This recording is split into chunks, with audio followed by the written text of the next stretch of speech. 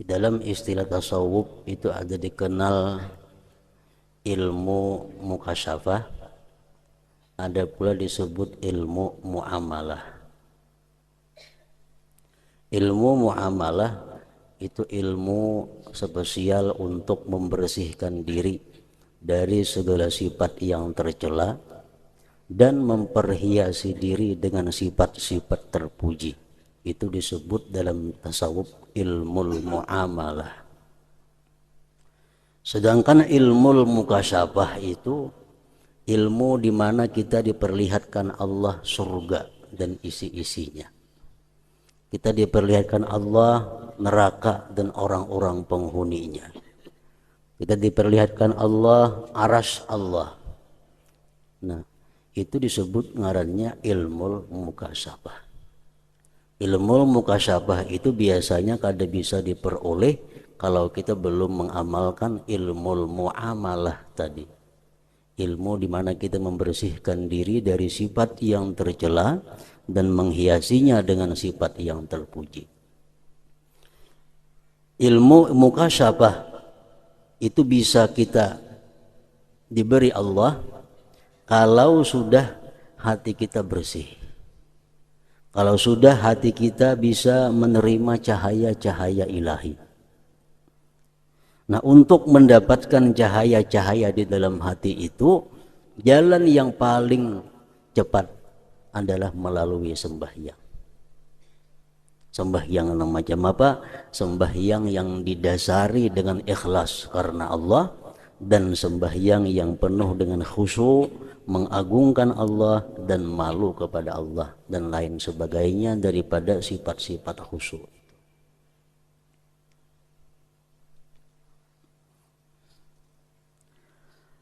Para wali Allah yang dikasyafkan, dibukakan dengan kerajaan langit dan bumi dan rahasia-rahasia ketuhanan itu, mereka hanyalah dikasyafkan, dibukakan di dalam salat. Ada yang bisa menjelaskan bahwa surga itu macam ini bentuknya. Ada yang bisa menjelaskan sirat, titian sirat itu macam ini. Itu mereka peroleh, mereka dapatkan adalah di dalam sembahyang mereka. Dibukakan oleh Allah hijab, sehingga mereka bisa menyaksikan yang demikian itu. Lebih-lebih di dalam sujud, karena hamba itu dekat dengan Tuhannya Azza wa Jal dengan sujud. Ada sebagian di antara para aulia Allah, mereka itu sembahyang, diperlihatkan Allah, arasy Allah. Nah, jadi mereka sembahyang bukan lagi menghadap sesuatu, bukan lagi menghadap dinding, tapi yang mereka hadap adalah arasy-Nya Allah. Dalam sembahyang diperlihatkan arasy-Nya Allah. Ada yang dalam sembahyang diperlihatkan Allah surga dan nerakanya. Nah, itu ngarannya adalah mereka dapat ilmu mukasyafah tadi dengan melalui sembahyang. Oleh karena itu Allah Ta'ala berfirman, wasjud waqtarib. Surat Al-Alaq 19. Artinya sujudlah dan mendekatkan dirilah. Waktu sujud itu waktu yang paling dekat kita dengan Allah Subhanahu wa Ta'ala. Jadi apabila ada istilah dekat dengan Allah bukan diartikan dekat makani, dekat tempat, bukan itu maksudnya. Allah Maha Suci daripada bertempat. Yang dimaksud dengan kita dekat dengan Allah, artinya dekat dengan rahmat yang khusus dari Allah, dekat dengan petunjuk yang khusus dari Allah, dekat dengan anugerah Allah. Itu artinya dekat, bukan dekat lawan nang bertempat macam ini, betata yang memangnya kada macam itu.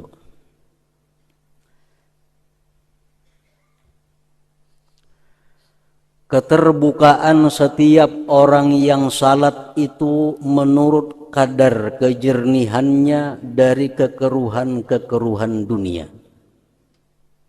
Hal itu berbeda-beda dengan kuat dan lemah sedikit dan banyak, terang dan tersembunyi.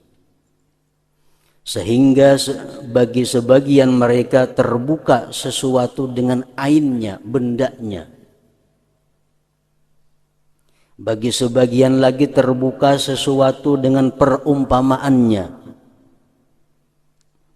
Sebagaimana terbuka bagi sebagian mereka akan dunia dalam bentuk bangkai, dan syaitan dalam bentuk anjing yang mendekam dan memanggil-manggil kepadanya.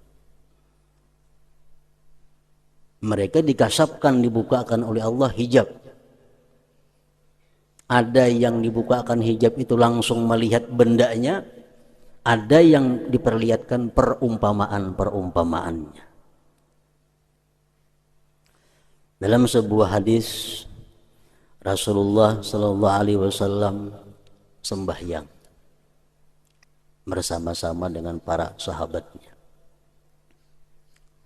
Tuntung sembahyang, beliau bersabda, "Ma min syai'in lam akun urituhu illa ra'aituhu bi maqami hattal jannah wan nar." Ujar Nabi, tidak ada sesuatu yang belum pernah aku lihat melainkan diperlihatkan kepadaku pada tempatku ini.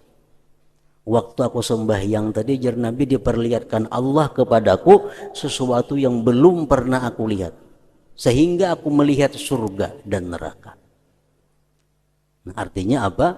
Bahwa beliau dalam sembahyang tadi dikasapkan, dibukakan oleh Allah hijab, sehingga bisa melihat surga dan neraka.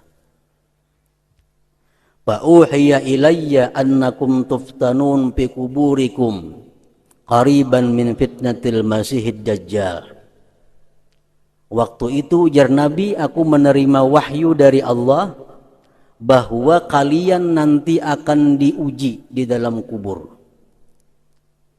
Dalam sembahyang itu Nabi kita diberi Allah wahyu.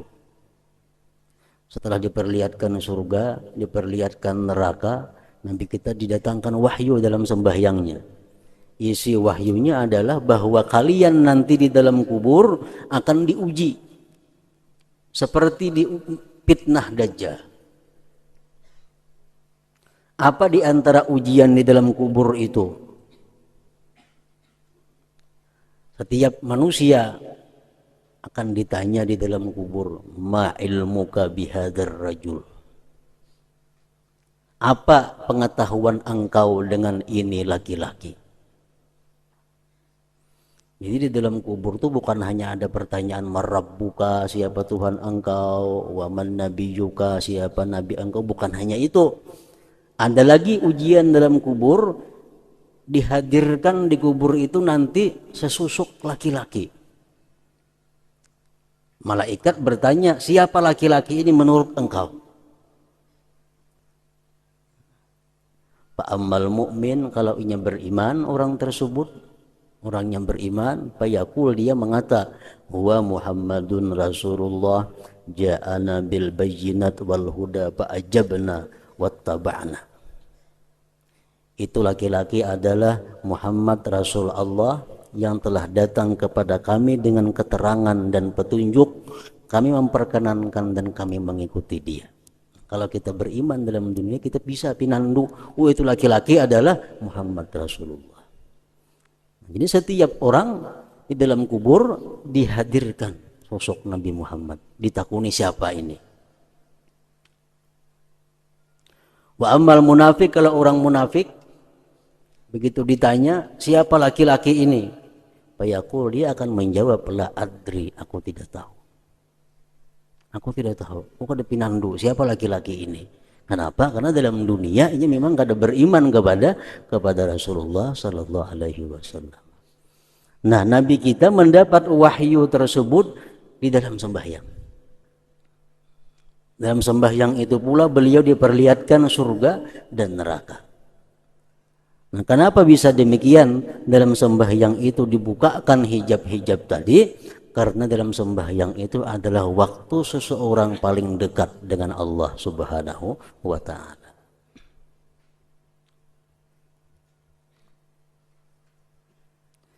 Berbeda juga mengenai sesuatu yang padanya terdapat mukasyafah, Macam-macam orang dibukakan Allah dalam sembahyang itu.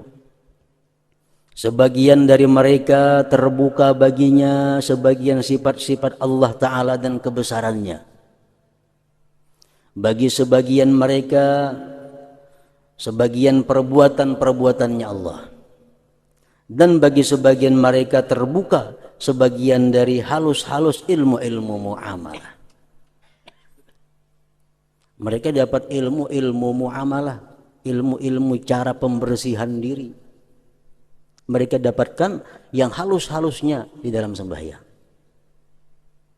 Itu berkat sembahyangnya yang ikhlas dan sembahyangnya yang khusyuk.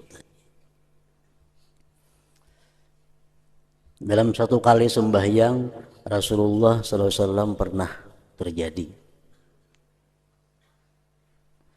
Sahabat melihat Nabi kita, parahatan sembahyang itu sidin ada menjangkau sesuatu.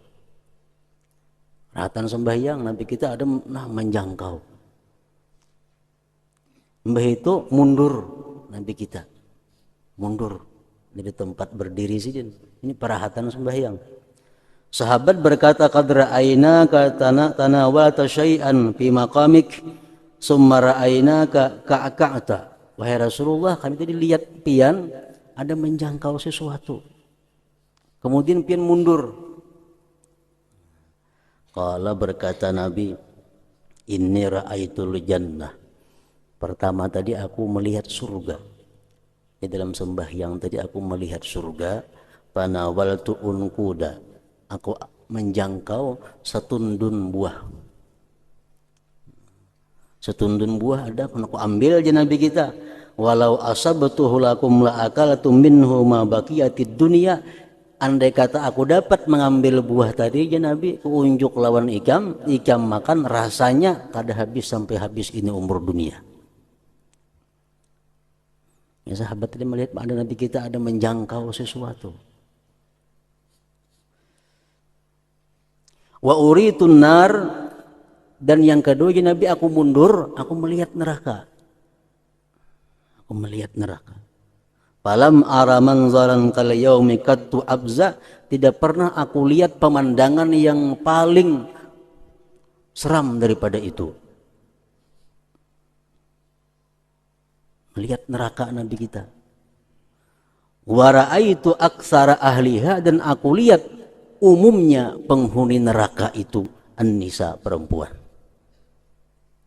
Diperlihatkan Nabi kita oleh Allah Subhanahu wa ta'ala dalam sembahyang. Surga melihat, neraka melihat, bahkan Nabi kita melihat penghuni neraka. Ternyata kata Rasulullah, penghuni neraka itu terbanyak diisi oleh kaum perempuan, kaum bini-bini.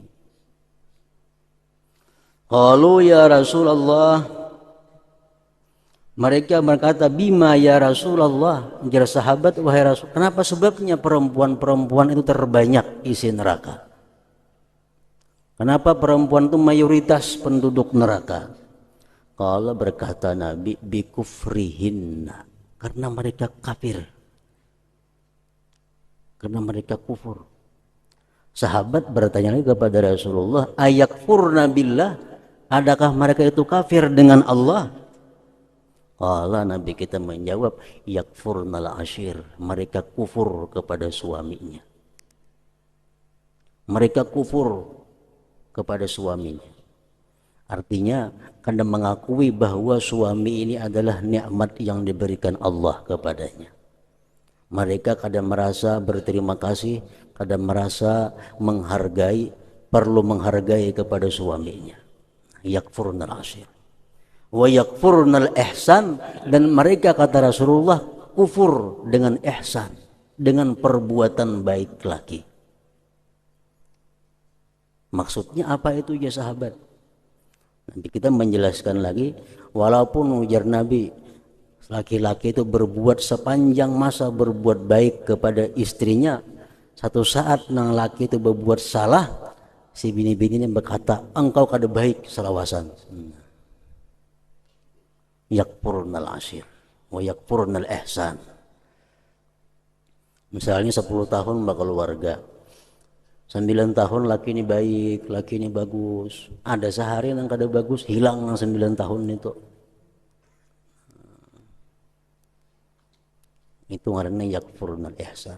Nah, jadi jar Nabi itulah dua sebabnya yang aku lihat perempuan itu paling banyak menghuni api neraka. Nabi kita melihat itu diperlihatkan oleh Allah sedemikian di dalam sembahyang sidin. Nah, warnanya terbuka ilmu mukasyafah. Ilmu mukasyafah.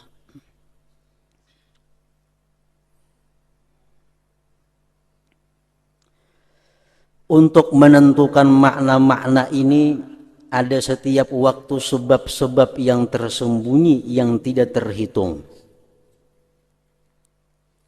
Kadang-kadang dia dalam sembahyang diperlihatkan surga. Kadang-kadang dalam sembahyang seseorang diperlihatkan neraka. Kadang-kadang dalam sembahyang dia diperlihatkan Allah kejadian-kejadian yang akan ia hadapi.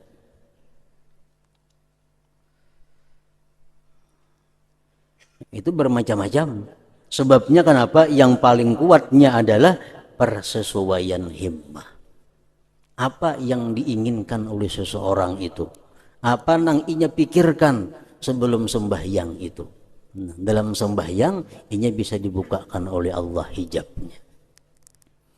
Karena apabila himmah itu dihadapkan kepada sesuatu yang tertentu, maka hal itu lebih utama untuk terbukakan.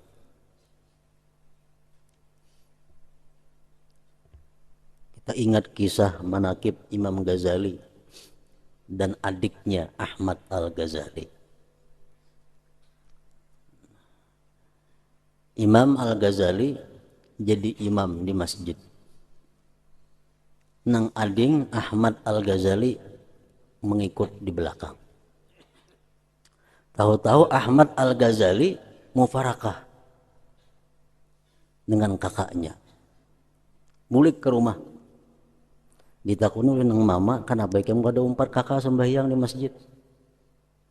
Ujar Ahmad tadi mengatakan dalam sembahyang ulun tadi, ulun melihat bahwa hati kakak ulun itu berlumuran dengan darah. Nah, ini ngarannya ilmu mukasyafah. Dalam sembahyang dia diperlihatkan Allah hati imam itu macam apa. Ini ilmu mukasyafah. Karena sembahyangnya ikhlas, sembahyangnya khusyuk, sembahyangnya penuh ta'zim kepada Allah, diperlihatkan Allah ilmu mukasyafah, melihat bahwa hati imam itu berlumur darah. Begitu Ghazali balik ke rumah, jernang mama, kenapa ikam nak macam itu, hati ikam berlumur darah jading ikam?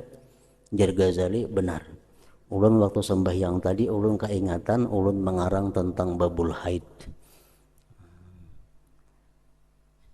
Mengarang kitab tentang babul haid, kan haid membicarakan darah.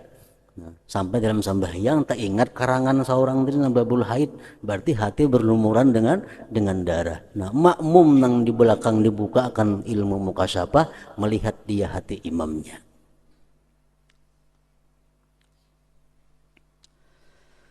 Manakala urusan-urusan ini tidak terlihat kecuali pada cermin yang jernih.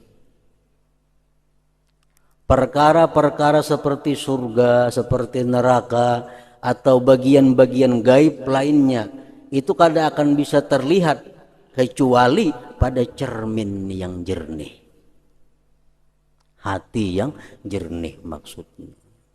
Menceramin tu kabur, siapa aja bahumbayang ngas itu kada kelihatan.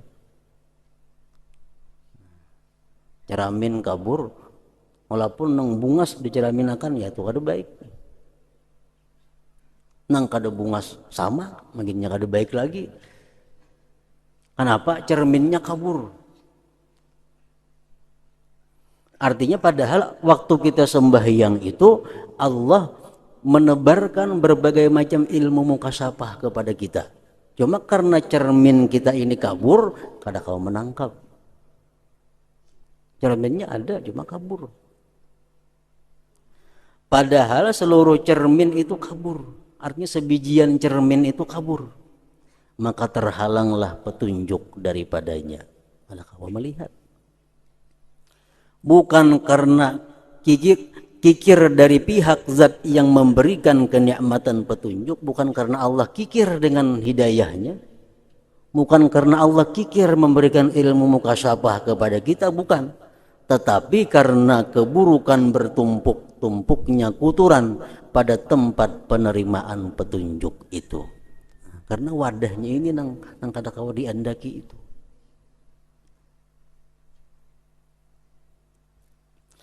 Di mana lidah-lidah bersegera mengingkari hal yang seperti itu. Artinya banyak orang yang mengingkari seperti itu, bahwa dalam sembahyang itu akan dibukakan Tuhan kita ilmu mukasyafah, dalam sembahyang kita akan bisa diperlihatkan Allah tentang alam barzakh, dalam sembahyang itu diperlihatkan macam-macam.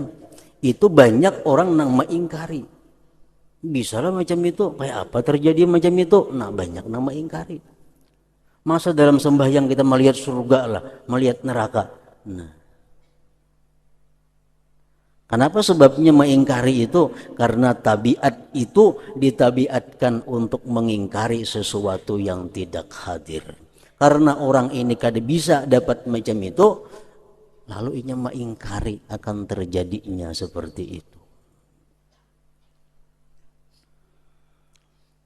Seandainya janin, anak nang dalam perut ibu, seandainya janin itu mempunyai akal, niscaya ia mengingkari kemungkinan wujud manusia di udara yang lapang. Kenapa? Karena ia belum pernah hidup di udara yang lapang.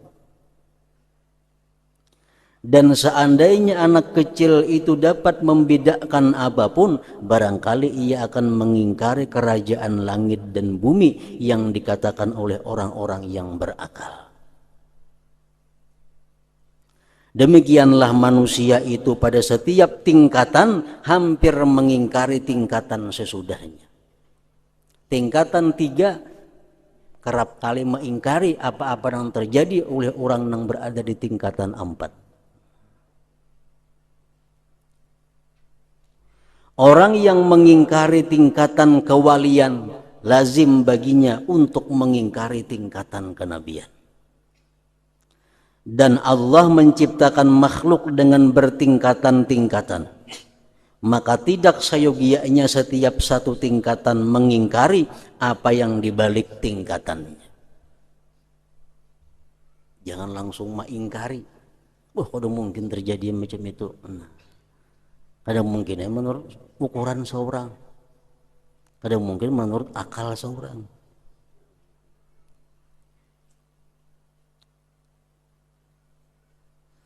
Namun manakala mereka menuntut hal ini untuk perdebatan dan pembahasan yang mengacaukan, dan mereka tidak mencarinya untuk menjernihkan hati dari sesuatu selain Allah Azza wa Jal, maka mereka kehilangan dan mengingkarinya. Ada mendengar kisah macam itu, ada orang yang sembahyang dibukakan oleh Allah ini. Inya mengingkari. Tapi kadang mau mencontoh meniru kayak apa, mestinya macam ini ditiru, coba akan kayak apa, bersihkan hati, jernihkan hati. Kalau pina dapat macam itu, kadang mau membahas dengan pembahasan yang mengacaukan, akhirnya mengingkari. Barang siapa yang tidak termasuk ahli mukasyafah, maka tidak lebih sedikit daripada beriman kepada yang gaib. Artinya kalau kita dalam sembahyang kita kada pernah diperlihatkan Allah macam itu, kita sembahyang kada pernah dapat ilmu-ilmu nang gaib, amun kita macam itu, barang kita percaya kepada mereka-mereka yang dapat yang gaib itu, minimal itu. Mungkin kita kada sampai kepada makam itu, kita percaya barang kepada makam nang lebih tinggi itu. Dan ia membenarkannya sampai ia menyaksikannya dengan percobaan. Di dalam hadis terdapat innal abda idza qama fis shalah rafa'allahu subhanahu al-hijab bainahu wa baina 'abdihi wa wajahahu bi wajhihi wa qamatil malaikatu min ladun mankibaihi ilal hawa yusalluna bi salatihi wa yu'minuna ala du'aihi wa innal musalliya la yansuru alaihil birru min ananis sama ila mafriqi ra'si wa yunadi munadin law alima hadzal munaji may yunaji maltafat wa inna abwabas sama tuftahu lil musallin wa inna Allah azza wa jalla yubahi malaikatahu bi 'abdihil musalli. Artinya sesungguhnya hamba apabila berdiri dalam salat, maka Allah yang maha suci mengangkat hijab tirai antara dia dan hambanya. Diangkat Allah hijab, sehingga kita bisa melihat kerajaan Allah, bisa melihat arasnya Allah. Dia Allah menghadapinya dengan wajahnya orang tersebut. Dan malaikat berdiri dari sisi kedua bahunya sampai ke udara. Kita sembahyang itu, malaikat kiri kanan berdiri sampai tumpuk-tumpuk sampai ke atas. Mereka malaikat tadi salat dengan salatnya, mengikut sembahyang kita dan mengaminkan doanya. Kita berdoa, malaikat mengaminkan. Sesungguhnya orang yang salat itu bertebaranlah kebajikan atasnya dari setinggi langit sampai ke pertengahan kepalanya. Dan pemanggil memanggil-manggil, seandainya orang yang munajat itu mengetahui zat yang ia munajat kepadanya, niscaya ia tidak berpaling. Sesungguhnya pintu-pintu langit itu dibuka bagi orang-orang yang salat. Dan sesungguhnya Allah Azza wa Jalla berbangga kepada para malaikatnya dengan hambanya yang salat. Artinya ada. Kita sembahyang itu ada malaikat kiri kanan kita umpat, ada malaikat mengaminkan kita, dibukakan pintu hijab kepada Allah. Karena kita ini tadi cerminnya kabur, lalu kita kada bisa menyaksikan itu, kada bisa menyaksikan dan merasakan itu. Bagi orang-orang yang hatinya bersih, bisa dia melihat itu, paling kada bisa merasakannya. Dibukanya pintu langit dan penghadapan Allah Ta'ala kepadanya dengan wajahnya adalah kinayah sindiran dari keterbukaan kasab yang telah kami sebutkan tadi. Orang yang sembahyang itu dibukakan Allah pintu langit. Sebenarnya dia bisa melihat apa-apa kerajaan langit itu.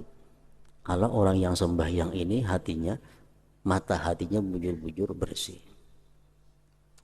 Di dalam Taurat tertulis, hai anak Adam, janganlah kamu lemah dari berdiri di hadapanku dengan salat, dengan menangis.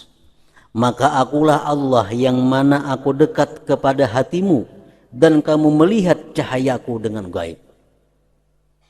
Kamu melihat cahayaku dengan mata hatimu, artinya.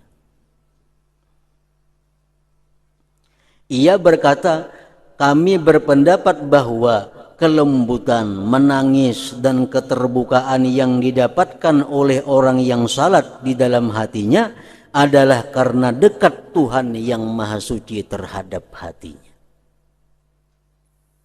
Apabila kedekatan ini tidak ada, yakni kedekatan dengan tempat, maka tidak ada makna baginya melainkan dekat dengan petunjuk rahmat dan terbukanya hijab. Orang yang sembahyang itu artinya dekat dengan Allah.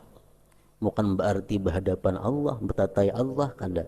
Itu kata-kata kinayah daripada bahwa orang yang sembahyang itu dibukakan Allah segala yang terdinding bagi dirinya. Makanya dalam petunjuk agama kita, kalau kamu ada masalah yang kamu hadapi dan kamu tidak bisa memutuskan satu antara dua, bawalah sembahyang istikharah. Bawa sembahyang istikharah.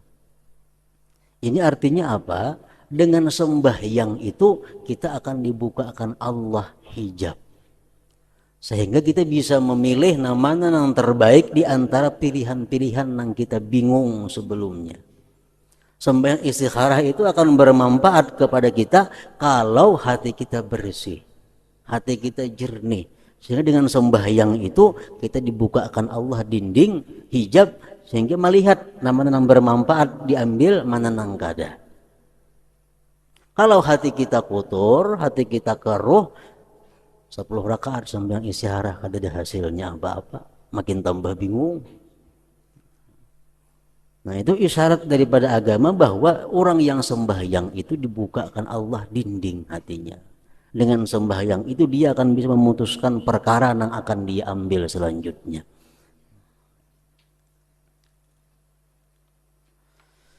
Dan dikatakan sesungguhnya apabila hamba salat 2 rakaat, maka kagumlah terhadapnya 10 baris malaikat. Setiap sab baris daripadanya ada 10.000 malaikat. Dan dengannya Allah berbangga kepada 100.000 malaikat. Kita ini sembahyang, malaikat kagum dengan kita. Malaikat salut lawan kita. Malaikat iri lawan kita. Kenapa sebabnya? Karena kita diberi Allah sesuatu ibadah yang berbeda-beda, mulai berdiri, ruku, sujud. Nah, lain halnya malaikat.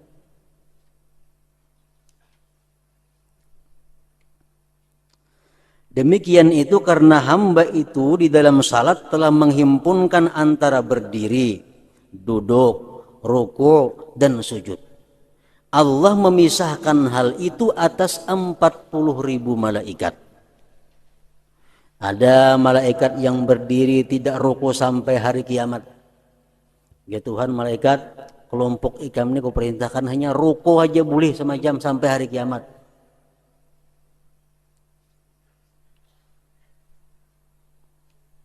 Malaikat yang sujud tidak boleh bangun sampai hari kiamat. Malaikat kelompok ini ikam kau perintahkan untuk sujud, kada boleh bangkit dari sujud sampai hari kiamat. Demikian juga malaikat yang ruku dan duduk. Sesungguhnya apa yang diberikan Allah Ta'ala kepada malaikat dari kedekatan dan derajat itu lazim bagi mereka terus menerus dalam satu keadaan, tidak berlebih bertambah dan tidak berkurang. Malaikat itu kada kau lagi meninggikan derajatnya.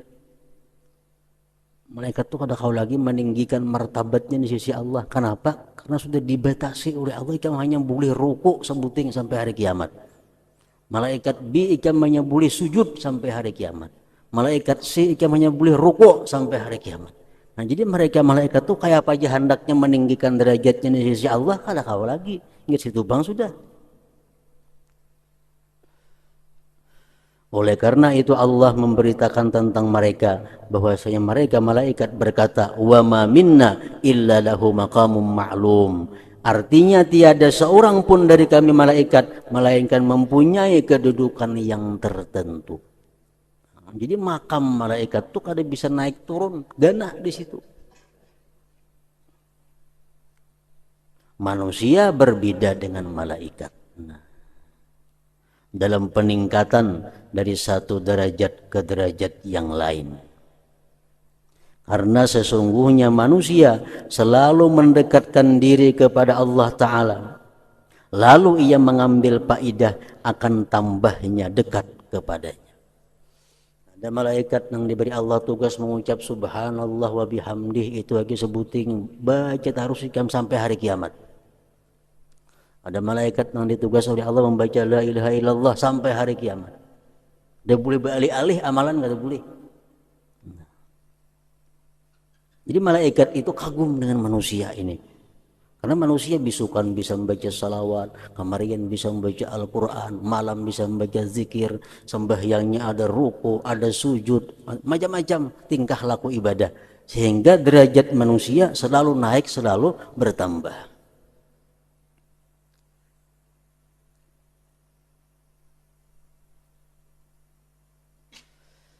Karena sesungguhnya manusia selalu mendekatkan diri kepada Allah Ta'ala, lalu ia mengambil faidah akan tambahnya dekat kepadanya.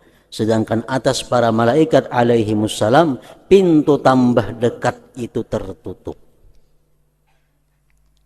Tidaklah bagi tiap-tiap malaikat melainkan derajat yang mana ia berhenti padanya.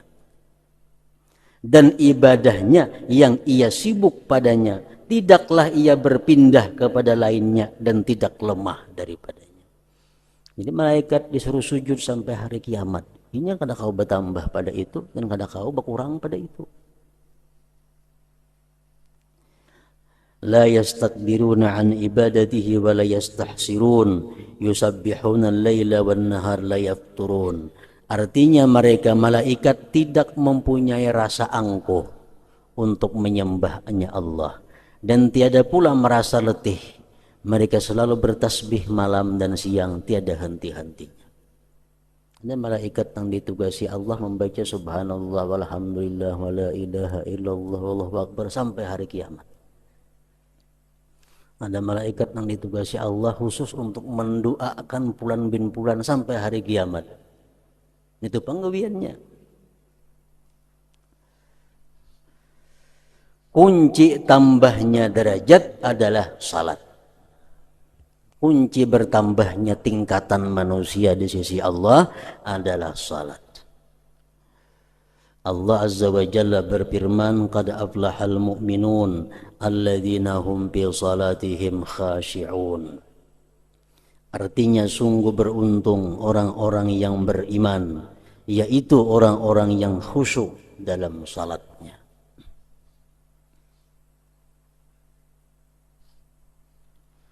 Allah memuji mereka setelah iman dengan salat yang khusus, yaitu salat yang disertai dengan khusyuk. Kalau sembahyang itu kada khusyuk, Allah kada memuji. Bahkan Allah mengancam, wailun lil musallin, celaka bagi orang-orang yang sembahyang. Sembahyang nang kada karuban tadi. Nang dapat aflaha ini adalah alladzina hum bi salatihim khashi'un. Orang nang sembahyangnya khusyuk.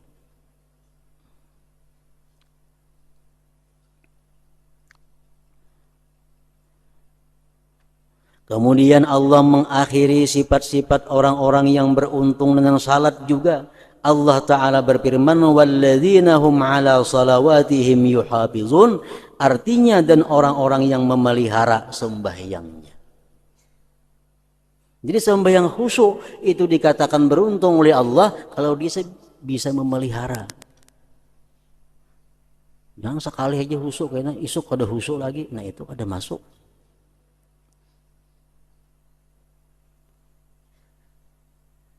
Yang Allah katakan beruntung tadi orang yang khusyuk dan bisa memelihara.